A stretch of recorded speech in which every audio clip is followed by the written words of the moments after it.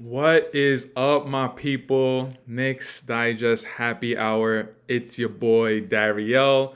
Now, of course, you guys can see that I am here by myself. Unfortunately, Chris and Matt, they were not able to tune in today. They were not able to join in on the happy hour. So I'm here solo, holding it down. But of course, you know I'm always going to carry it right, baby. But before the game today against the Orlando Magic, earlier today, Ian Begley had some report talking about the different bigs that the Knicks are linked to. And we're going to get right into it. But I should say, if this is the first time you guys are seeing my face, you guys didn't check out the videos that I put out or Chris's videos or anything, I hope you guys had a Merry Christmas. I hope you guys spent it with your family. I hope you guys had a good food and you guys stuffed your face and you guys had an amazing time. And now that we have New Year's coming up, I wish you guys nothing but good health. And I wish that you guys keep tuning in to the Nick Digest Happy Hour videos, the videos that Chris and I put out, all the good stuff. So now that I got that out of the way, let's get into the report that Ian Begley talked about earlier today. So basically, Mitchell Robinson, it looks like Mitchell Robinson, I don't want to say he's on the trade block, but it looks like the Knicks, they're open to hearing offers for him. Ian Begley talked about different bigs. He talked about Jonas Valanciunas from the Wizards. He talked about Nick Richards from the Charlotte Hornets. He talked about Robert Williams from the Portland Trail Blazers. He talked about Goga Bitadze from the Orlando Magic. There's just a lot of bigs that Ian Begley had in his report. And again, if you guys have tuned in to the videos that Chris and I have been putting out, the narrative, the talk around Mitchell Robinson's name is he's a bit injury prone. I believe this is maybe his 7th season in the league, and the first 4 seasons of the league. No, the first 4 years. He was okay as far as like games being missed, but then the last couple seasons it's been pretty bad. And hopefully he's able to turn it around. But depending if Mitchell Robinson is on the trading block, depending on who we get, I mean it might be good for us, man. Because I was actually thinking about it the other day. Mitchell Robinson, like, the way he gets his points, he's going to be our defensive anchor. Of course, he's going to be commanding the paint, cleaning up the glass, altering shots, blocking shots. But as far as offensively, the only way he's going to get his points, he's only getting his points off of drawn up plays coming out of a timeout, where it's pretty much going to be an alley-oop, or it's going to be off a broken play. And in today's NBA landscape, like, we're at a point where everybody on the floor needs to be able to put the ball in the bucket. And me personally, hopefully you guys know this by now, but I want the players that I root for, obviously, especially on the Knicks, I want them to be able to at least have one go-to, not even a go-to move. I just want them to be able to be good at one thing. You don't have to be great. You don't have to be amazing in every aspect of the game. But I ask of you to be good at least in one aspect of the game. If that's shooting, if that's I'm talking about offensively. I'm not talking about as an overall player. Strictly offensively, I want you to be good at shooting. I want you to be good at putting the ball on the floor. I want you to have footwork. I want you to have post moves. There's got to be one out of the 4 that we can point to you and be like, okay, this is how you're going to help us out offensively. And aside from defense, Mitchell Robinson, we can't throw the ball into the paint. We can't throw the ball to Mitchell Robinson down in the block and being like, yo, let's give Jalen Brunson and let's especially give Cat a little bit of a break. Drop the ball to Mitchell Robinson down in the block. Give us a baby hook. An automatic 4 to 6 points. Just a baby hook. We can't ask of that from Mitchell Robinson. So the names that are, some of the names, not all of them, some of the names that are brought up, especially Jonas Valanciunas, we know he can hit the 3-pointer. We know he has a bit of a mid-range. He is a ginormous body. He has changed with the times. So he had, like I just said, he's been able to hit that 3-pointer shot. He's been able to hit the mid-range. But his bread and butter is putting his butt down in the block, giving you a baby hug, reverse pivot.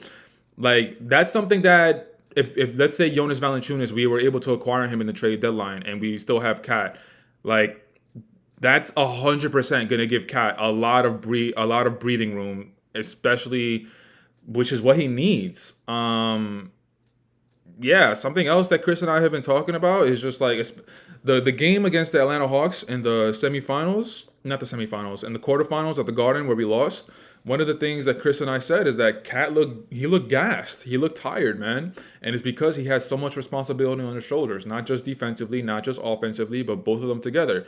He's commanding the paint. He's our defensive anchor. He's not playing his natural position. And then whenever someone beats someone on the perimeter off the dribble, they're automatically attacking Cat, which is why Cat is in foul trouble in a lot of these games. So Jonas Valanciunas, I mean, again, that's just one of the names that I'm not really opposed to, and I'm looking at his game, his box scores for the last few games. Give me a second as I pull it up. Playing for the Wizards, obviously. So I mean, more recently, he played against Charlotte and they won the game. He had 14 and 12. He was 5 of 8 from the field, 62.5%. He only took 1 3-pointer that game, and he missed it.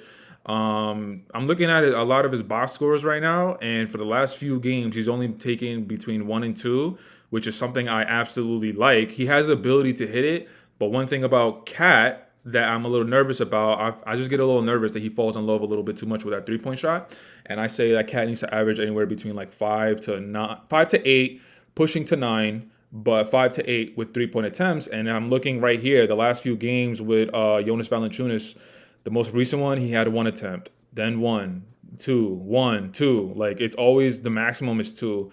And I kind of like that. But yeah, more recent game, he had 14 and 12. The game before that, which was on December 23rd, he had 12 and 16, 6 of 12 from the field, 50%. He only took 1 3-pointer. He missed that. The game prior to that, he had 6 and 6. That was a pretty bad game. That was in a loss to the Milwaukee Bucks.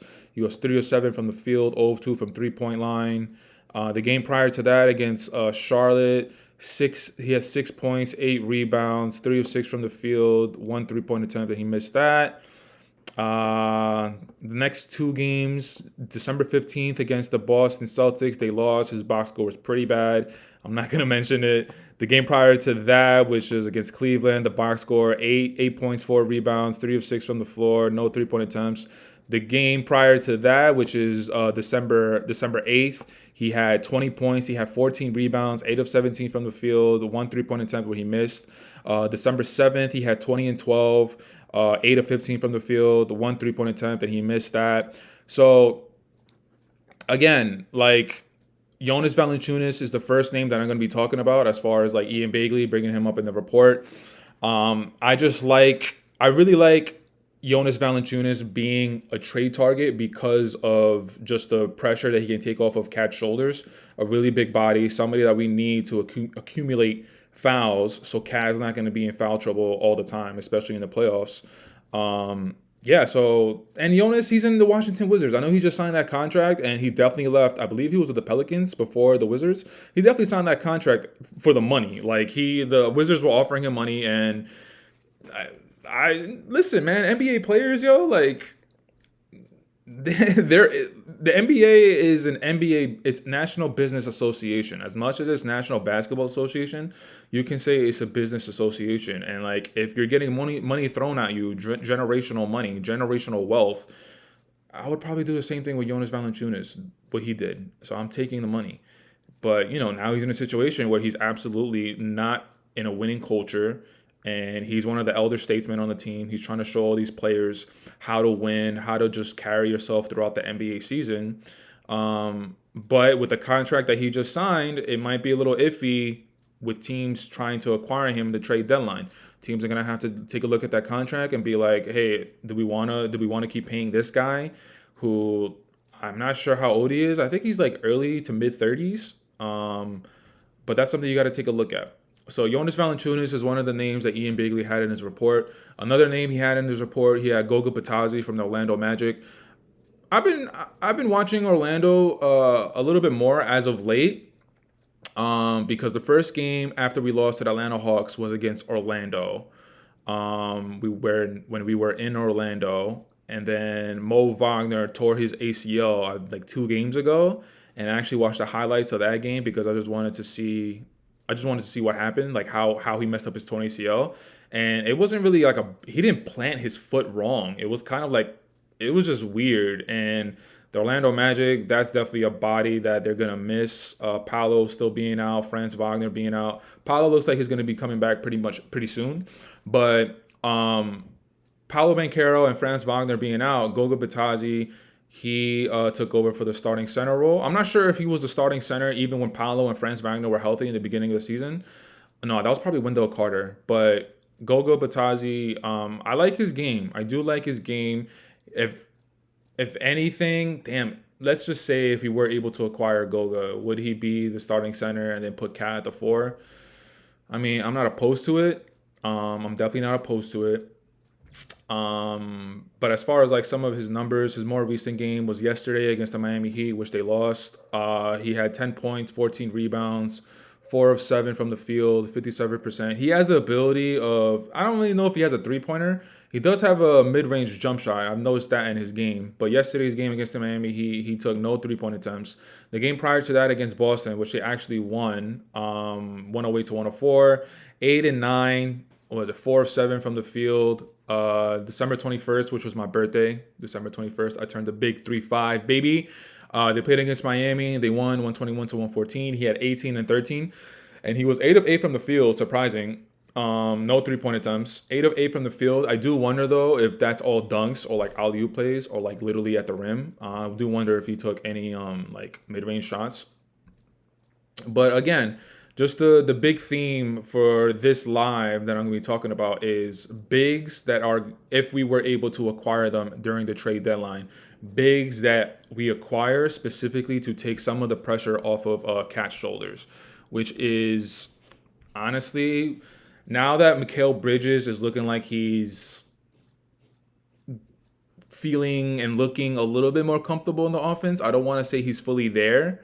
But with that offensive explosion on Christmas Day, like 42 points, like it looks like he's on route to getting comfortable. But now that Mikal Bridges is looking like he's getting comfortable, now the other question that we have in front of us is Mitchell Robinson. What is he going to look like when he comes back? Is he going to be able to stay healthy once he does come back? And if Mitchell Robinson comes back, and this might be like right before the trade deadline, because the reports are saying that he's going to be coming back 2025. But then there was a report maybe about a month ago that indicated that he's coming back towards like the end of January. So we're looking at the end of January, beginning of February, and then we got to wait pretty much like a month to get his stamina up, to get just the feeling back. Because, you could practice all you want. You could do one-on-one sessions with your personal trainer. You can do 5-on-5 non-physical contact during practice, but you're not really going to get back into shape until you actually start playing games.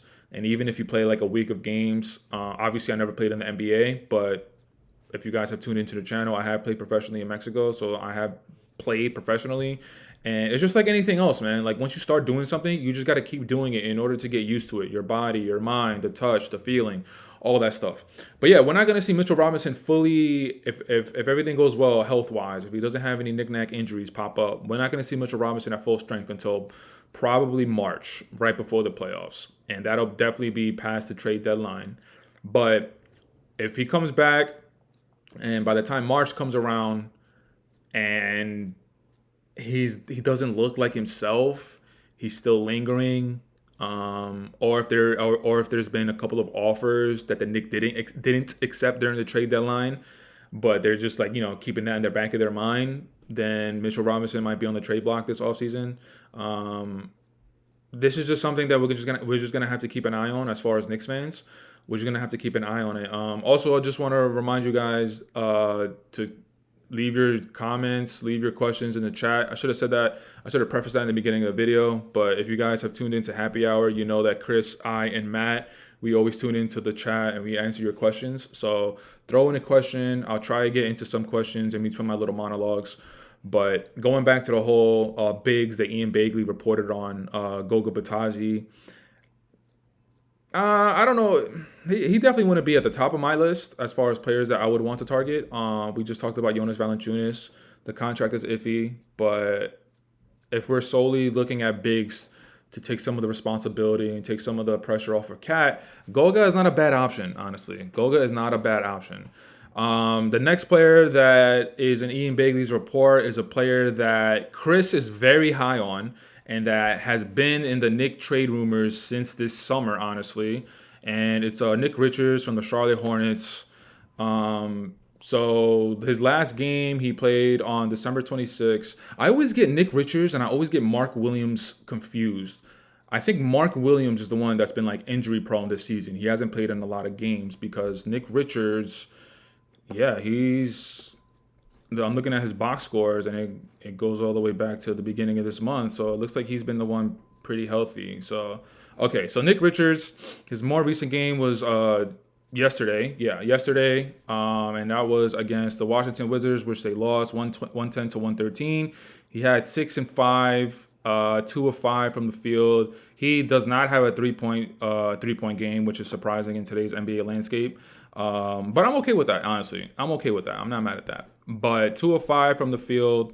Most of his points are kind of like Mitchell Robinson's from what I've seen. From the few highlights that I've seen of Nick Richards, which is pretty much when they play the Knicks, his points come off of, broken plays, off of rebounds, off of alley-oops. I don't think that you can throw the ball into Nick Richards and be like, yo, give me a bucket. So if we're looking at it from that perspective, then it's pretty much the same with Mitchell Robinson, which if Nick Richards were able to acquire him, we're looking for Nick Richards to be our defensive anchor. And I mean, that'll help Cat out. But me personally, like I said in the beginning of this video, I want to be able to throw the ball into, if you're a big man, like I would want the main staple of your game to be post play. I know this is in the 2000s. I know this is in the 90s, but just being able to give me a baby hook, man. Give me a reverse spin. Give me a reverse pivot. Give me an up and under. Like, I just don't get it, man. As a professional player, like, I don't understand how you don't have one specific skill that we can point at and be like, you're good at this.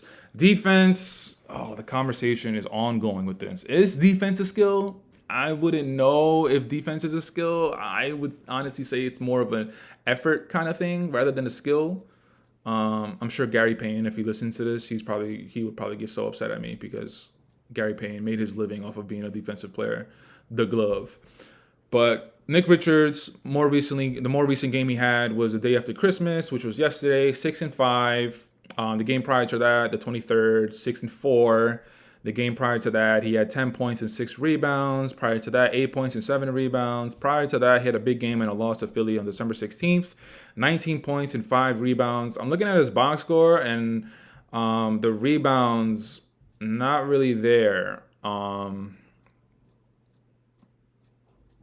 December 8th against Indiana, he had 14 rebounds. He had 19 points and 14 rebounds. That is, as far as rebounds, that is the most he's had in a while.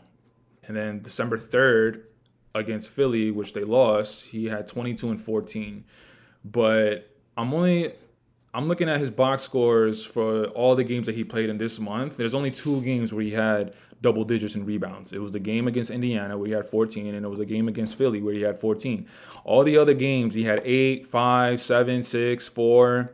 And for a big man, I'm not sure if that's something I like. But Nick Richards has been linked to the Knicks ever since the summer, and I know Chris is super high on him. I just don't know a lot about him. It's because he's in Charlotte, and I say that Charlotte is basketball purgatory, which it is. I don't know what Charlotte can do in order to fix that franchise. I think they're cursed, yo. But before we move on to one of the last names that Ian Begley had in his report, I'm going to go into the chat. I'm going to see what you guys are saying. If you guys have any questions towards me that I can answer. So let's take a look. Let's see. Brooklyn Nets fan. That's crazy. Brooklyn Knicks fan. You're probably from New York. So I respect it because as a fellow New Yorker, we just want to see all of our New York teams succeed. If it's Brooklyn Nets, the Rangers, the Islanders, we want to see all of our New York teams succeed. So salute to you. But having your YouTube name Brooklyn Knicks fan is crazy. Just leave the team alone for 1 year. The team doesn't need any more new chemistry to build right now. So, yeah, I mean, I'm not mad at that idea as well. In today's NBA landscape, it just seems like after every season, it seems like teams are always looking to make a move, and it's like I feel like sometimes there's no logical reason. It's just like, oh, we lost, we need to get better. But it's like, do you guys need to get better, or maybe you guys, depending on the team, depending on the age of the players that you have, or maybe you just need experience.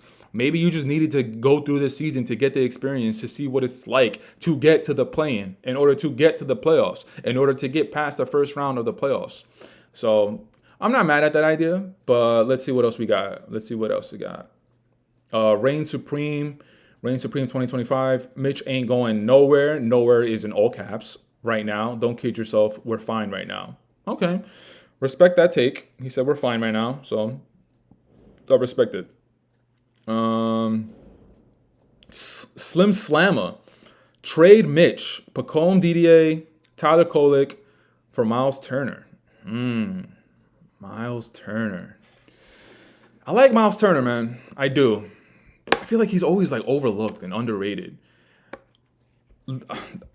A couple seasons ago, the Lakers, I feel like every season they're always in trade talks. They're always looking to see what they can do to add to the talent that's around Anthony Davis and LeBron James.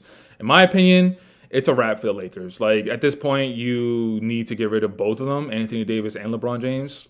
If you're a Laker fan and watching this, I keep it real. I'm always going to keep it 100 and keep it funky. LeBron being 40 years old, I believe he turns 40. Today's the 27th. I believe December 30th or 31st is his birthday. He's going to be 40 years old in 3 days. Why is he still your best player? That's insane to me.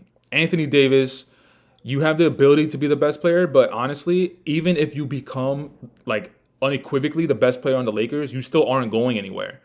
But that's a story for another day. But what I was gonna say is, a couple of seasons ago, the Lakers were in trade talks, and they're trying to see who they could add to the team in order to extend LeBron and AD's tenure or whatever. And Miles Turner was Miles Turner. Was it Halliburton in the rumors as well? I know Miles Turner was in it for a fact. But the trade, it was kind of like, because like even if you made that trade, it was Miles Turner. Damn it, was it Halliburton? I don't know who else was in that trade package, but Miles Turner was in the trade package, and it was kind of like, it made you a little better. It definitely wasn't like a needle mover of a trade.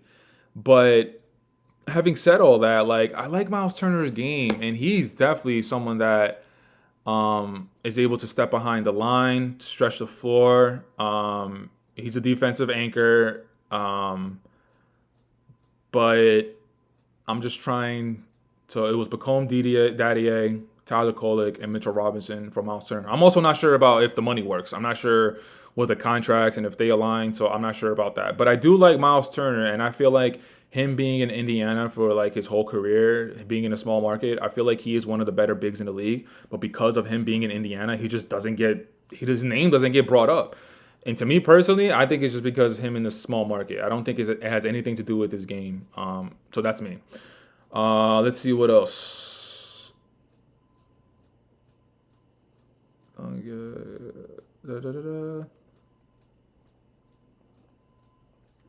just going through the chat, so sorry if it gets a little quiet.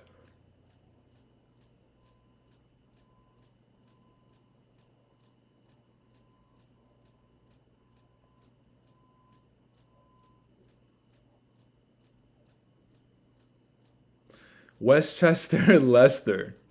Knicks got enough shooting. Precious Achiuwa is a better defender than Valanciunas. Precious Achiuwa. It's not even the fact that you say Precious Achiuwa is a better defender than whoever. But dude, are you seriously confident in Precious Achiuwa backing up Cat, especially in the playoffs? Like, forget the knock that I always have on him that he can't catch a ball. But like, he's so hot and cold, bro.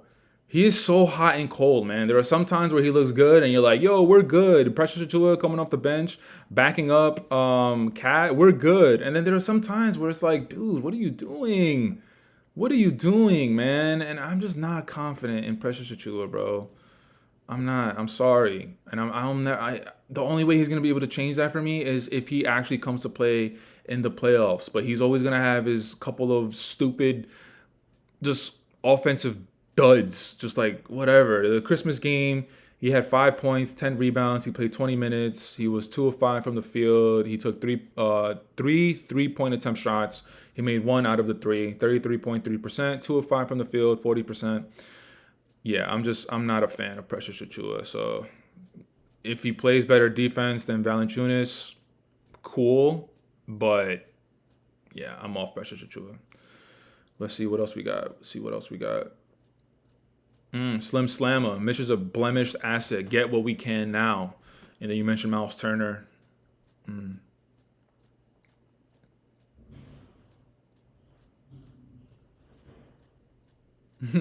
Monkey Wrench Bill. We need a post defender that will complete the Knicks skills infinity glove. I am inevitable. That's hilarious. Let's see. Westchester Leicester. Kessler is the only defender Knicks should be trying to get. Walker Kessler, nice. Valanciunas is not the one we need with Cat at the 5. Walker Kessler, man. I feel bad for Walker Kessler because every time I see him in the highlights, I feel like he's always getting dunked on. But that's part of being a big. Like, if you're going to be a big and you're looked at as the defensive anchor, at least you're challenging shots and you don't care about getting dunked on. So, Walker Kessler, salute to you. Captain Crunch, we don't need a backup center. We got enough bigs. Do we? Did you not just hear my rant on Precious Achiuwa? Cat, obviously a solidified big.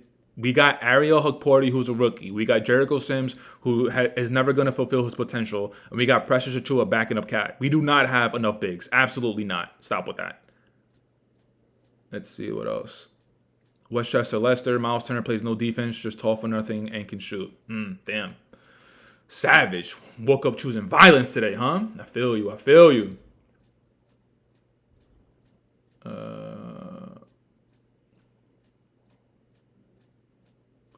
Captain Crunch, Jericho Sims, Ariel Hukporti, Cat. Why do we need another big? We need another wing. Slim Slammer, stretch 5 would be insane. Westchester Leicester, no more stretch 5. Slim Slammer. So we betting on if Mitch can stay healthy for another playoffs.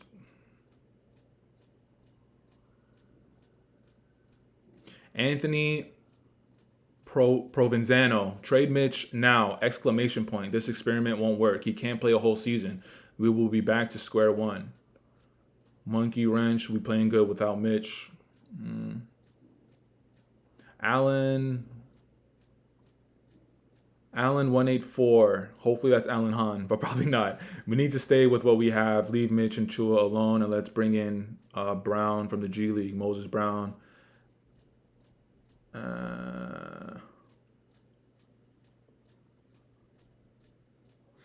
Monkey Wrench. If we were losing and playing like garbage, then we could see what do we legitimately need Turner for when we have Cat. Knicks fan 13. Trade Sims, please. Oh, trade Jericho Sims. Jericho Sims, man. Damn, yo. If I had Jericho Sims' athleticism, bro. Golly. I feel like if everybody in the world had Jericho Sims' athleticism, Jesus Christ, yo. Yankees Digest. I wonder if that's Chris behind the boards or maybe somebody else. Shout out to you, Yankees Digest. Jericho Sims and Pacome aren't getting traded for Cam Whitmore. Rockets like Sims, but not that much. Knickerbocker. We have players in the G League. Yankees Digest. Knicks will sign TJ in March once it's available due to financial restrictions.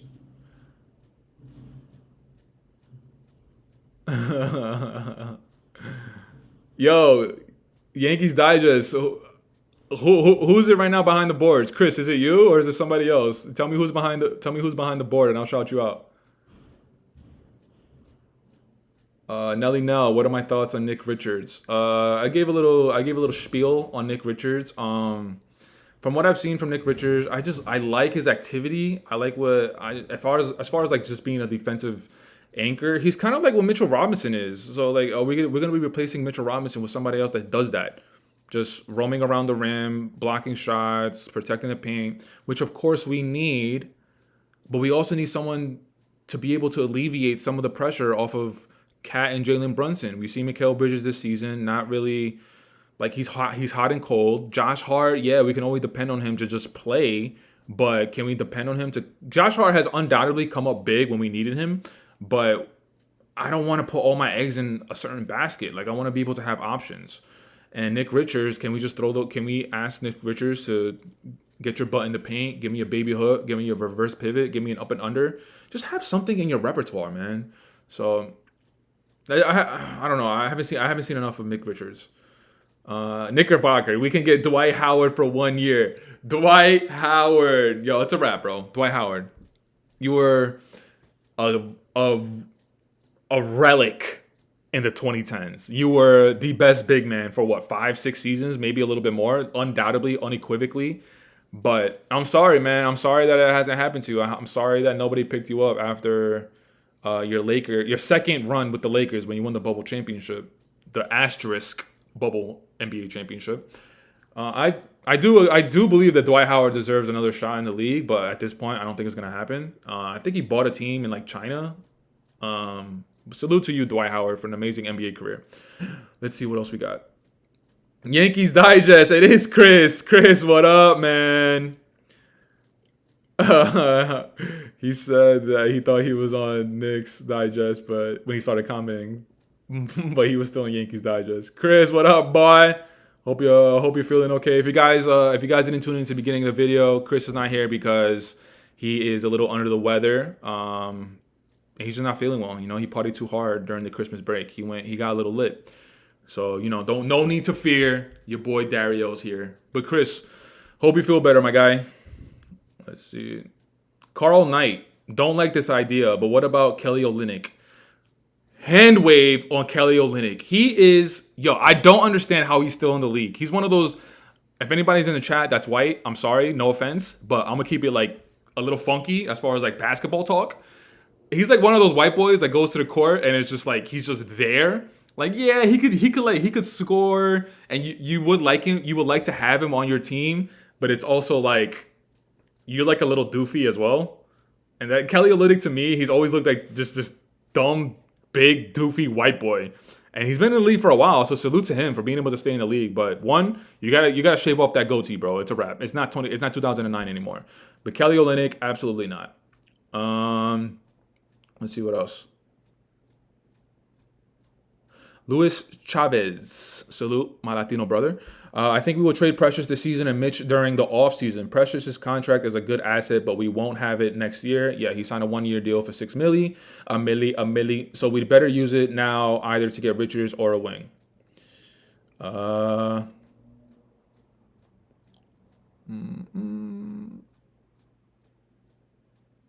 I guess Jason Tate from Houston for Jericho Sims. Or Mitchell for Steven Adams. I don't even know who Jason Tate is from Houston, so I can't even comment on that. But Steven Adams and a Mitchell Robinson trade, I'm sorry, man. Steven Adams, it looks like he had a really bad knee injury last year, which kept him out the entire season. Now, if this was like OKC Steven Adams, it's a different topic. But I don't know. I don't think it's gonna happen for Steven Adams anymore. I don't think he's gonna be able to jump back from that injury. But. Monkey wrench, Dwight Howard, question mark. I'm not going to read the rest of that comment, but that's hilarious.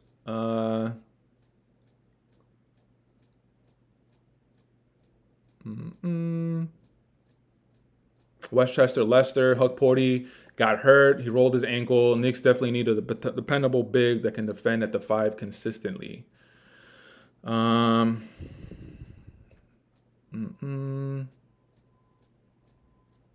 I guess Kelly Olynyk is good at offense. He's so good at offense. Is he?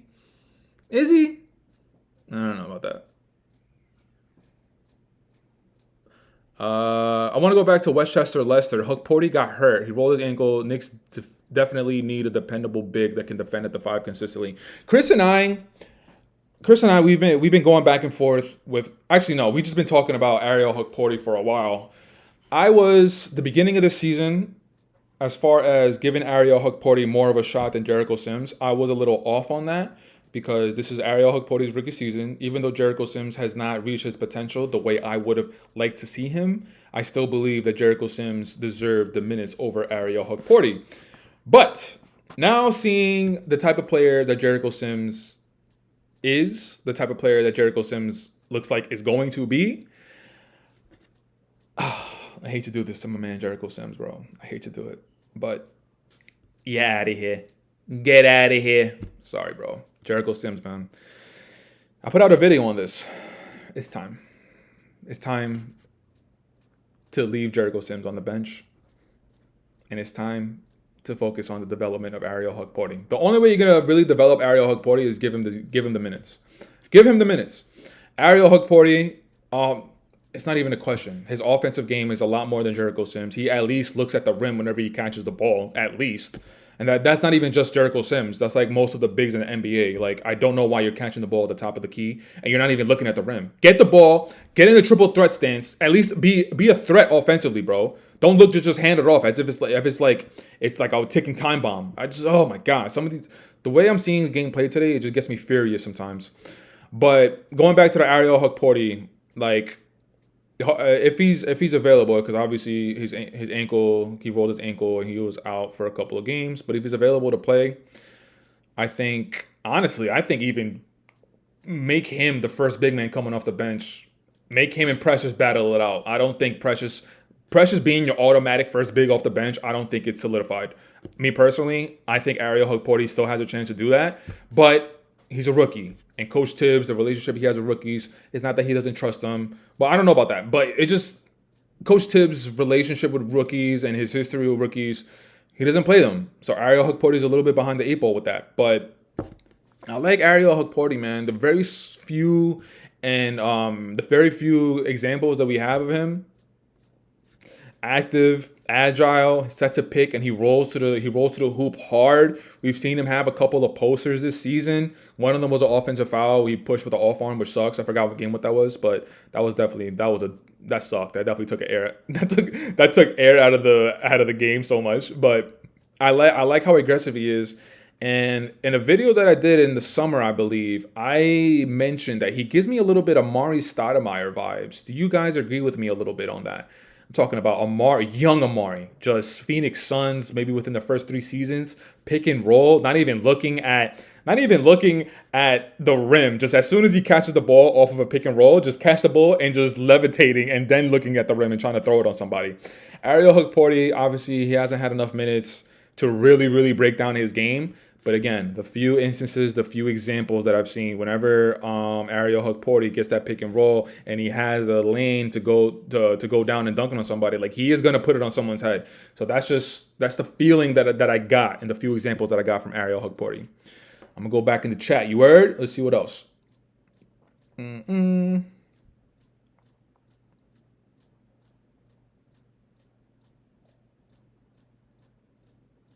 Monkey Wrench built.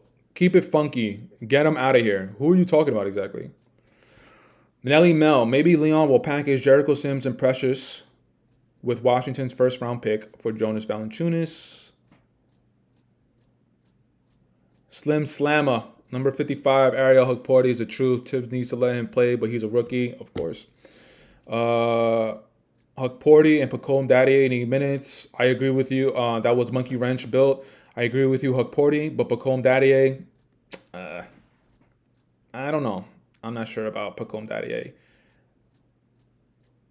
Monkey Wrench built. Tyler Kolek looks ready to go too. Absolutely not. He needs to eat like 20 burgers. Like, Tyler Kolek needs to put weight on his body. He's a rookie, of course. Yeah, it'll come, but right now I'm fine with him just getting garbage minutes. Troy NYC. Troy, what up, boy? What up, Troy? Jared Vanderbilt is the only big out there worth getting that can help the Knicks. If not him, I think it's best to just wait for Mitch to return. Yo, Troy, come on. Jared Vanderbilt, when was the last time he played? He played like, what, 2 seasons ago? He played like in 6 games last season. It's some weird foot injury. I don't want to say it's plantar fasciitis, but honestly, I haven't seen him playing forever. I don't really remember He doesn't have a jump shot. What is he, a small forward? Yeah, man. No. Jared Vanderbilt at this point, sorry, man. You're a little bit on the injury-prone side.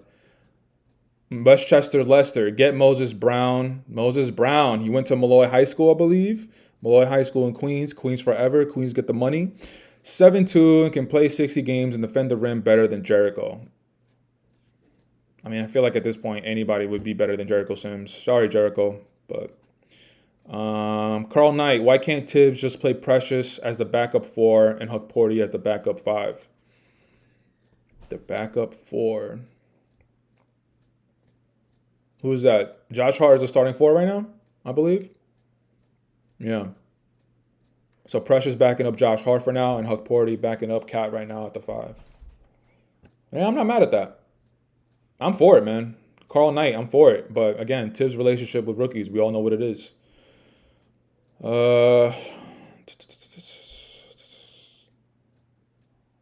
Westchester Leicester. Can't get Walker Kessler from Utah. Can't get Walker Kessler, Moses Brown, and Dimitro Skapensiv. No, we can't get Walker Kessler from Utah. Moses Brown and Dimitro Skapensiv is as close as we can get to Kessler.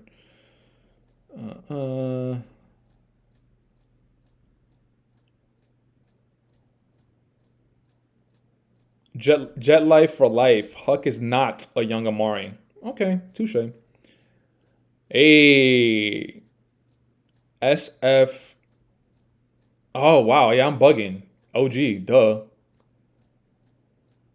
No. Brunson at. Wow, why am I having a brain fart? Brunson is at the 1. Michaela? Is it Michaela? No, Josh starts at the 2. Oh, yeah, I think you're right. Yeah, OGs are 4. But anyway, SF Wisdom. I want that kid Advia from Portland. He's a diamond in the rough. Good call. Even though he's not a big, but if we're just talking about just like, I guess, under the radar players that might be in the trade deadline. Now, I don't know what his contract is. I don't know what we'd have to give up to match the contracts or anything like that, or if he had to give up any picks, if we have any picks. But he was with the Wizards last year, I believe. And then he went to Portland. Whenever I watch those highlights at the end of the night, they're like 12 to like 15 minutes. I watch every single one I can because I'm a hooper and I love watching basketball. But whenever I watch the Portland Trailblazers highlights, like I like his game and he's physical. I like him putting the ball on the floor, going to the rack. He mixes it up. He has a nice shot. Portland has a lot of players, man. I have not sold my stock on Scoot Henderson. He just hit that game winner last night against, I forgot what team. Was it Utah? I think it was Utah. But Scoot Henderson, listen, not everybody's going to come in the league and have an impact right away. Like, there's something called time. There's something called development.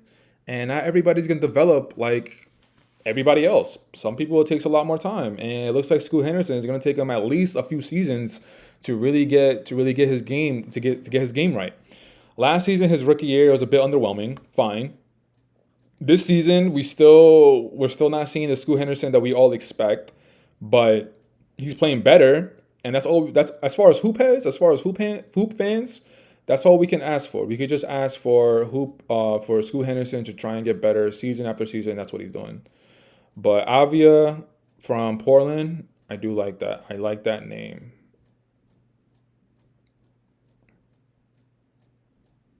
SF Wisdom, you said you're talking about Advia from Portland. He's $13 million a year, but how many years? How many years is his contract? That's my question.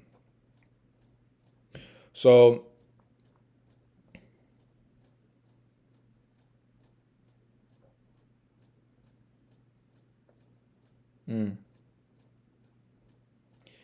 SF Wisdom, we trade Mitchell Robinson and Precious Achua for Advia and develop Huck Porty. Sheesh.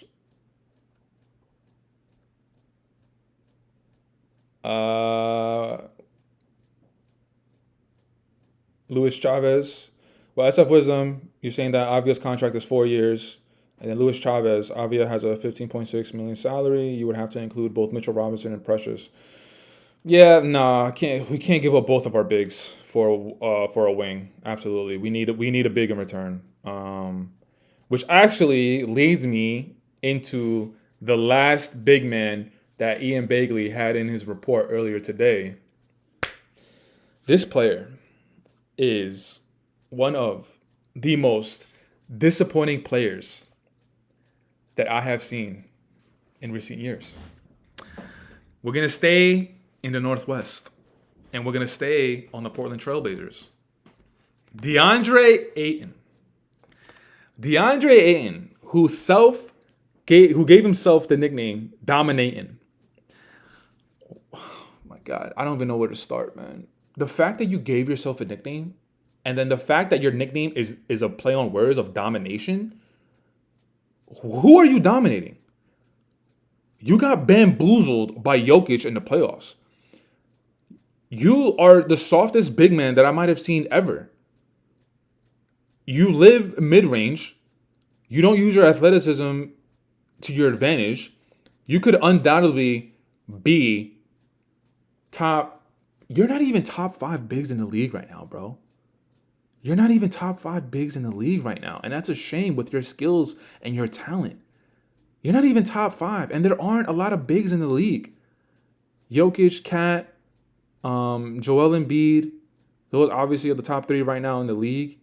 And then you can throw, you can name other bigs. Rudy Gobert, I'd take over you because at least Rudy Gobert is really good in one thing. Yeah, Rudy Gobert, I'm taking over you. You are so disappointing.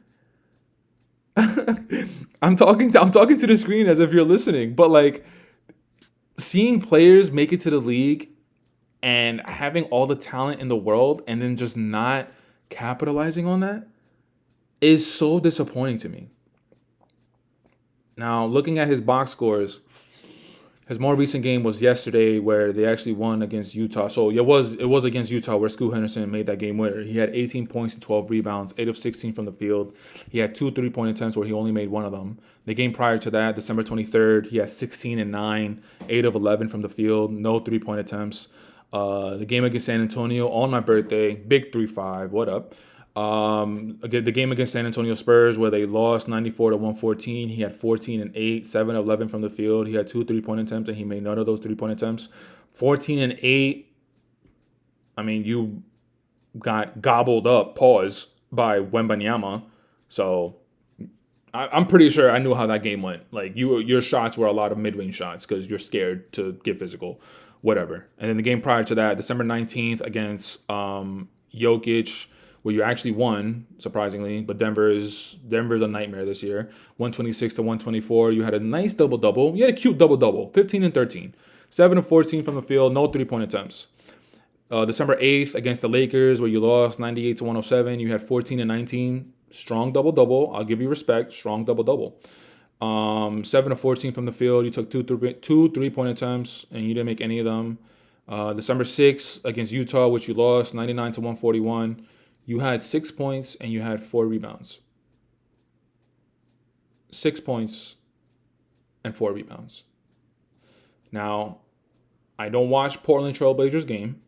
I don't know. He played 17 minutes, so I'm not sure if he got hurt and they took him out of the game. I don't know if he tried to play through an illness. I don't know. So forgive me, but 6 and 4.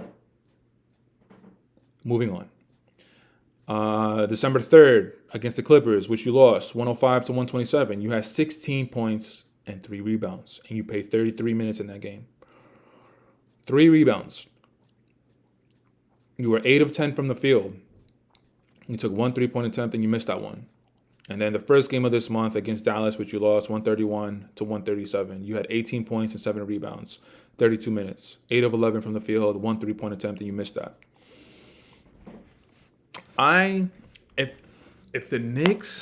If I hear on NBA Today, or if I hear on Inside the NBA, if I hear a report that the Knicks are seriously considering making a move for DeAndre Ayton, I'm going to flip.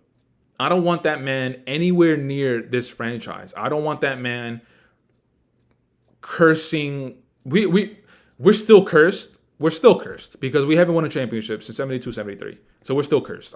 We've had playoff success for the last 2 years. One playoff successful tenure with Carmelo Anthony. And then all of the 90s, we were great. So salute to Patrick Ewing, always and forever. My Nick Go. But few and far instances of being a successful franchise.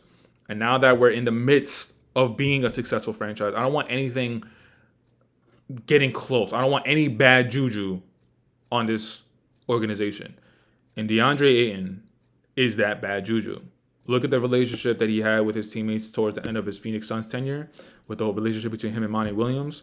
Look at this might be his second or third season with the Portland Trailblazers, and I believe in his first season there was that thing where like he couldn't go to practice or he couldn't go to the game because he was snowed in his home. I don't know, man. There's just stuff around his name that I just don't like, and then that's just stuff off the court. Let's get onto the court. Like I keep saying, the skills and the talent that you have, the skills and the talent that you possess, and you're not in the conversation for the best, for one, not best, but one of the better big men in the league. Why is your name not brought up? You need to look yourself in the mirror, bro. You need whatever you're doing off the court, whoever you're dating, all the stuff that you're spending your money on, refocus yourself, bro. Refocus yourself to be a successful NBA player, because there are people that would die to have your position, and it looks like you're taking it for granted. So DeAndre Ayton being the last player that Ian Begley brought up in the report is crazy. I will never want DeAndre Ayton a part of my team. That's how strong I feel about that. But guys, I'm gonna go for a few more minutes. Game time's at 4. It's really 4:10, but right now it is 4:10 my time because I'm in LA. Right now, what time is it? 6:50 right now. 6:50 right now, back on the East Coast. So I'm gonna go for probably like 5 to 10 more minutes, and then I'm gonna call it. I'm gonna wrap it up. I'm gonna go back into the chat, see if you guys have anything that I can add, that I can answer. If you guys have any questions, let's see. Let's go back. Let's go back to where I left off.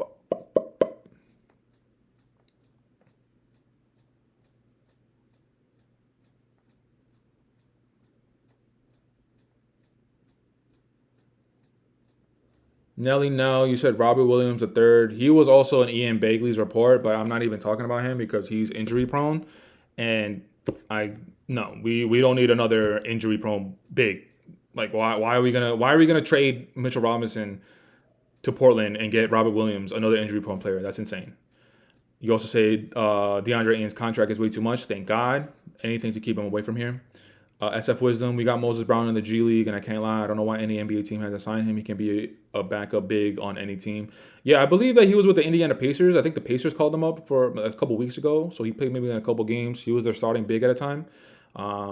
Again, fellow New Yorker, so I'm always going to want him to succeed wherever he goes. But if the Knicks call him up, I don't know, man. I don't know if that's it. I don't know if that's the answer. SF Wisdom, the fact that Jericho Sims has a roster spot and Moses Brown doesn't is insane to me.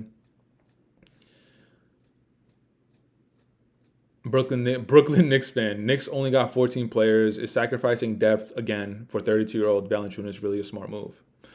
That's a fair question, man. Fair question. And he's 32 years old. Thank you for answering my question because I wasn't sure how old he was. Brooklyn Knicks fan. DeAndre Ayton is a disgrace to all big men. Salute to you because you agree with me. FS Wisdom. Denny Advia is 6'9" and Precious is 6'8". We can play small ball coming off the bench with a guy who can score 20 plus, which is basically what we are doing with Precious right now, who isn't a scorer. SF Wisdom, that's a good point. That's a good point. Let's say we give up Precious and we get Advia in return. Playing small ball. I mean, it's not the craziest idea. Because of today's NBA landscape, it's not the craziest. Do I like it? No. Do I love it? No. Do I like it? Am I open to it? I am open to it. I'll say that. I'll be open to it. I don't think it's going to happen, but just living in that world, I would be open to it. Carl Jean Baptiste. Ayton isn't even top 10 in centers. You got Joker, Embiid, Cat, Şengün, Sabonis, Bam, Wemby, AD, Rudy Gobert, and Wendell Carter Jr. That's his 10. That's crazy, bro. Carl Jean Baptiste, I'm not saying that your list is crazy. I'm saying that Ayton is not in that top 10 list is crazy because he should be in the top 10. He should be in the top 10, but he's not. And that's a disappointment. That's a disappointment. I don't want him anywhere near. Brooklyn Knicks fan. Precious is 6'9" with a 7-foot wingspan. Carl Jean Baptiste. He said, Carl Jean Baptiste says, I forgot Porzingis. You mean Tingus Pingus? Who the hell is Tingus Pingus? Yo, salute to that guy. Or kid, whoever it was. Troy. Precious defense is far superior to Advia. We have enough bad defenders on the team. Troy, stop with Precious. Stop with the Precious propaganda. My man can't catch a ball, bro. Stop. He can't catch a ball. He hits a 1 3-pointer out of every 4 attempts. Stop. He has one good offensive play, and then the next 5 plays are stupid boneheaded plays. Stop with the Precious bandwagon stuff. I'm over it. God. I guess Wendell Carter ain't no top 10 centers. Yeah, Carl Jean Baptiste. When putting Wendell Carter Jr. in the top 10, that's a little suspect. I agree with everybody else that you said. Joker, of course. Embiid, of course. Cat, of course. Şengün, of course. Sabonis, of course. Bam, of course. Wemby, of course. AD, of course. Rudy Gobert, Wendell Carter. I mean, Rudy Gobert, I guess. But Wendell Carter, yeah, that's a little... I think you're stretching it. But I'm sure we could think of somebody to replace Wendell Carter Jr., and it's still going to be the correct answer over Deandre Ayton. SF Wisdom, I wouldn't mind picking up Goga Bitadze. Goga's cool. I talked about him earlier in the live. Goga's cool. I don't think he's a needle mover, but he was just one of the bigs that Ian Begley reported on. So, yeah, I'm not over Troy. I'm not over you talking about Precious. And Chris too. Like I will never be over anybody being a fan of Precious Achiuwa. If you are a fan of basketball, Precious Achiuwa. Like, we're dealing with him because we have what we have. I get it. But we could 100% make a significant upgrade with Precious Achiuwa. Shoot, even with my bad back, even with all my injuries, I'm still a good upgrade from Precious Achiuwa. Don't get it twisted, boy. Get you down, shake you up real quick. It's a wrap. Damn, I wish I could still play. Oh, my God. Brooklyn Knicks fan. Precious can defend Embiid. He's good. Oh, my God. Yo, you guys in the Precious narrative, the Precious agenda is insane. He could defend Embiid because Embiid is playing on one leg. He's been playing on one leg for the last 2 seasons. Brooklyn Knicks fan. Precious Achiuwa defended against Embiid. He's a solid defender. Oh, yeah, he defended against Embiid last year in the playoffs when Embiid was literally playing on one leg and he had Bell's palsy. Cool.